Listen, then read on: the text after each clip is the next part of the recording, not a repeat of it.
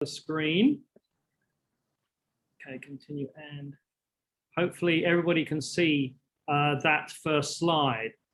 PN observations in 3D IFU spectroscopy, why PNE make good IFU targets, what we can do with IFU observations, this kind of science you do with them, and a little bit about the future at the end. So IFU emission line ratios and diagnostics, because you have aerial spectroscopy and you can actually cover an extended object with these integral field units of various kinds. Now, they're not all just lenslet arrays or individual fibers. There are also things like image slicers and other kinds of technologies like hexabundles, which are coming into play.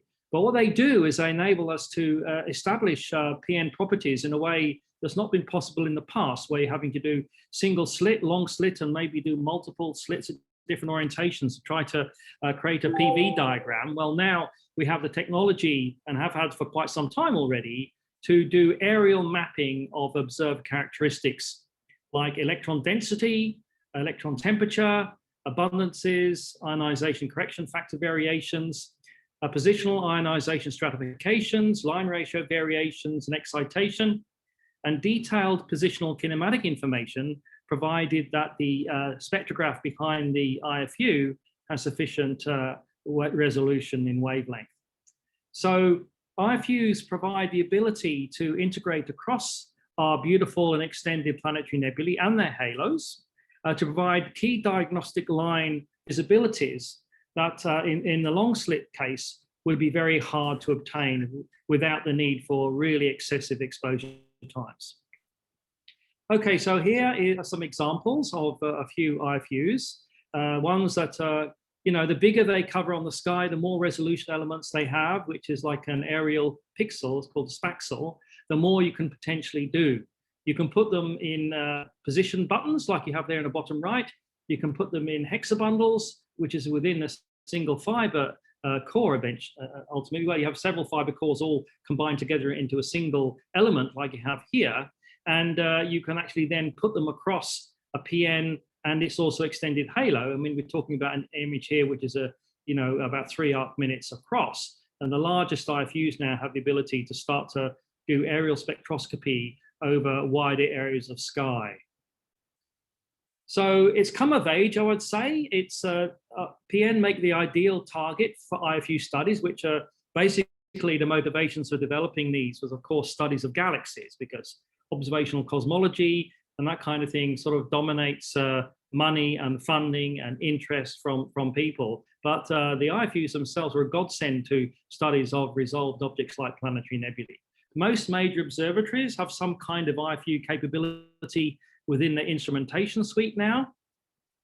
And of course, the thing about 3D spectroscopy is in terms of our field of view, we can look at objects that are otherwise difficult to study. Low surface brightness PN candidates, for example. And we can determine some of these things here, like physical conditions as a function of distance from the central star, observations of halos, which are very difficult otherwise because they're extremely faint. They may be 1/1000th the brightness, for example, of the main PN shell. You can look at external structures, and as Martin showed in the previous session with objects like the Lion Nebula, previously known as the North American tribe that we can't name anymore, and the kinematic modeling via PV maps and insights into morphology. So this is an old slide now, but it just gives you some idea of the kind. I mean, there's a talk coming up on Muse. So of course, these are instruments which are still available, Flames, and some of these other instruments, but others are being built and being considered. But so there's a wide variety of telescopes in terms of aperture, the time instrument capability, wavelength range, and field of view, and the resolution, and also the elements, the number of fibers you might have in a lenslet array or an integral field unit. So one thing that's useful is confirming low surface brightness PN candidates, for example. And you can do this basically by, here's some examples of a couple of beautiful AGB halos, and they're very, very faint. These are long exposure times to actually see these things. Is that what you can actually do is you can place, your IFU, and if it's not big enough to cover the whole PN, you can step it across and do a mosaic of these IFUs in various formats, and they've got various arrangements here, as you can see. And what you end up doing is able to look at individual spaxels, and if the signal to noise is too low and it's in a halo, you simply just co-add them all, and you end up with with able to generate the signal to noise through co-adding spaxels of otherwise very low signal to noise spectra to get better quality spectra, as you see here.